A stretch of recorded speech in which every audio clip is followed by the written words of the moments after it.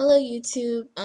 My name is TT. I'm MrEphesians611's wife, and I'm on here today to tell you about a dream. Let me talk a little louder. I don't know if you guys can hear me.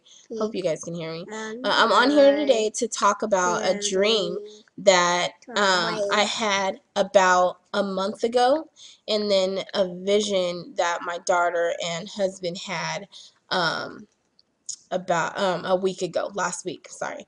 So about a month ago I had this dream. It was a really strange dream. Don't take too much out of it because I myself I still don't understand it.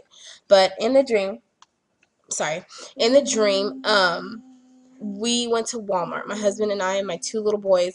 We left my daughter at home for some strange reason, which I never do. She's only 9 years old. We left her at home.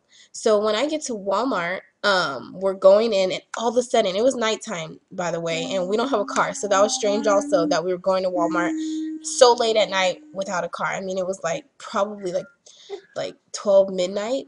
And so when we get there, as we enter the first set of doors, we hear this like at the same time, simultaneously, we see a blue, like, luminant flash in the sky. It lit up the sky and it kind of stayed, but it wasn't like it was like you seen the effects of, you see lightning, but you don't see the strike, but you see it light up the sky. Well, that's what you seen, but then the lighting of the sky stayed. It was like a kind of like a neon, no, not even neon, but like a luminant blue light, and it lit up the sky, not like daylight, but a eerie type of light.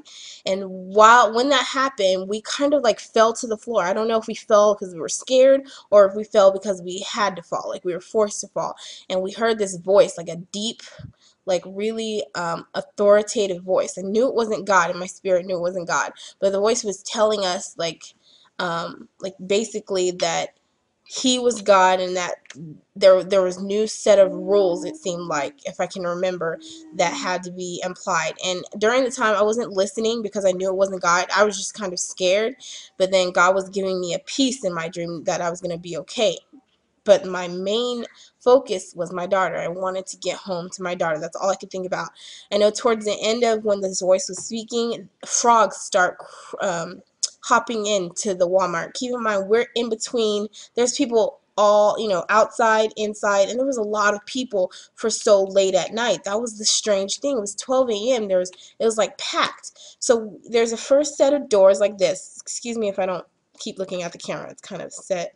But there's a first set of doors, and then you walk in. You're in the middle, that section of Walmart right here, and then you go to the second set. Well, we're in the middle of the two doors, and so eventually the voice stopped. We get up and we're like panicking. Everybody's panicking. There's these frogs like hopping all over, like a plague of frogs. Like I said, this dream is really strange. I don't understand most of it. But our first thought is that we have to get to Destiny because she wasn't with us. We have to get to our daughter.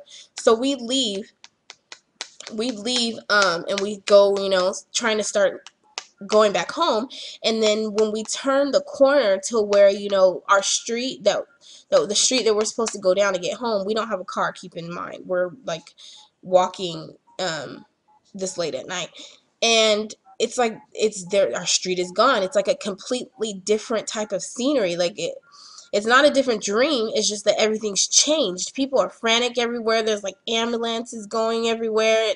I don't know what's going on. Just crazy stuff. I'm not even paying attention. Just people are just panicking. So we're panicking because we're like, well, how do we get home? The streets are changed. Everything's changed. What do we do? So eventually, we split up, and I get to my apartment.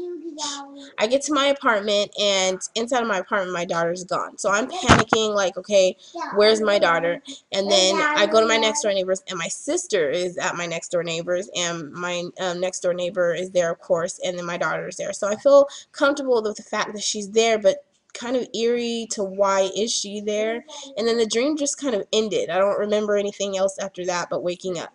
So that was weird to me. So I prayed about it, like, okay, Father, I don't know what this dream means. It's so confusing. I don't know, maybe it doesn't mean anything. But usually, like, when I have a dream that's significant to me, like, I can't get it out of my head. Like, most dreams I can just pass by, like, oh, that was just a dream. But this one, for some reason, as strange as it was, I couldn't get it out of my head. So I prayed on it. And the Holy Spirit told me that my daughter was going to be significant to him. That she was significant to him. That's all that he told me. I didn't understand what that meant. I just left it as is. I didn't want to question God. I left it as it is. So, last week we took a walk to go to KFC. And it was all of us, my two boys, my daughter, me and my husband. And I didn't think to ask my daughter if she had her inhaler because she always carries it on her. She usually always has it, recently because she's had problems because of spring. So I usually don't have to ask her, does she have an inhaler? It's right there in her pocket. So we're walking, and as we're walking home, she just out of nowhere says, I can't breathe. And usually when my daughter has an asthma attack, it kind of is like, it's not just out of nowhere. It's like, oh, I'm having trouble, or oh, I'm wheezing, or oh, I need to take a break. It was just automatically, I can't breathe. So I panicked because I'm like, well, I never heard her say that. So I'm like, okay, give me your inhaler. So she says, oh, I left it at home. I don't have it. And I'm like, oh my gosh, like, what do I do? I'm not thinking to pray. It's just I have a really close relationship with the Father in heaven, and I have a really close relationship with the Holy Spirit. But I'm just not in a time of panic. That's just not the first thing that pops into my head when my daughter has an asthma attack. My husband, on the other hand, that's the first thing that pops in his head. He's more in tune with, praying instantly instead of panicking. Me, I'm kind of panicking, like, oh my gosh, why don't you have your inhaler? I'm trying to, like, calm her down, and she's just holding her chest. She's panicking. It's just like the worst asthma attack she's ever had, and we don't have her inhaler. So I'm like, oh my gosh, what am I going to do? And so we're like trying to run. I'm trying to carry her, and I'm panicking, and I'm trying to run, and then he's trying to carry her. She doesn't want to be carried. I'm trying to put her in the stroller. She doesn't want to be in a stroller. So he starts, all the time he's praying, but then he puts his hand on her while she's in the stroller. And he starts speaking in tongues. And so he's speaking in tongues with his hand on her back, praying for her. Shh. And I pick her up because she doesn't want to be in the stroller anymore, and I start running with her on my back. She's telling me, Mom, no, because she's thinking that all this time she's thinking that, she's going to get hurt. I'm sorry, give me a second. Destiny, can you please come get him? Please. Thinking that she's going to hurt me, and I'm worried about her. So I'm running with her, and out of nowhere, she's like, I'm fine, I can breathe. And I'm like, no, you don't know what you're talking about. We got to get we live right near the hospital. We got to get to the hospital, to get you the breathing treatment you need. She's like, no, Mom, I can breathe. I'm fine. Put me down.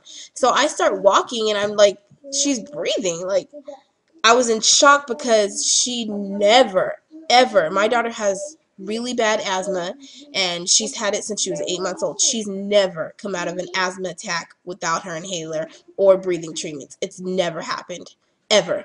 So I was in shock. I was like amazed, and I just started thanking and praising God, because I'm just like, Father, I've already always had faith, but that just showed me like how faithful and how powerful he is, in that he can take the worst situation and change it in a matter of a second or less. So my daughter's, she calmed down. I put her in the stroller just to let her get some rest, and she's like, Mom, I'm seeing things. And I'm like, Destiny, what are you talking about? Like, calm down, just get some rest. She's like, no, I'm seeing things. And she's like, I'm scared. And I was like, oh my gosh, like, just calm down, thinking maybe she's just kind of hallucinating or something. I don't know.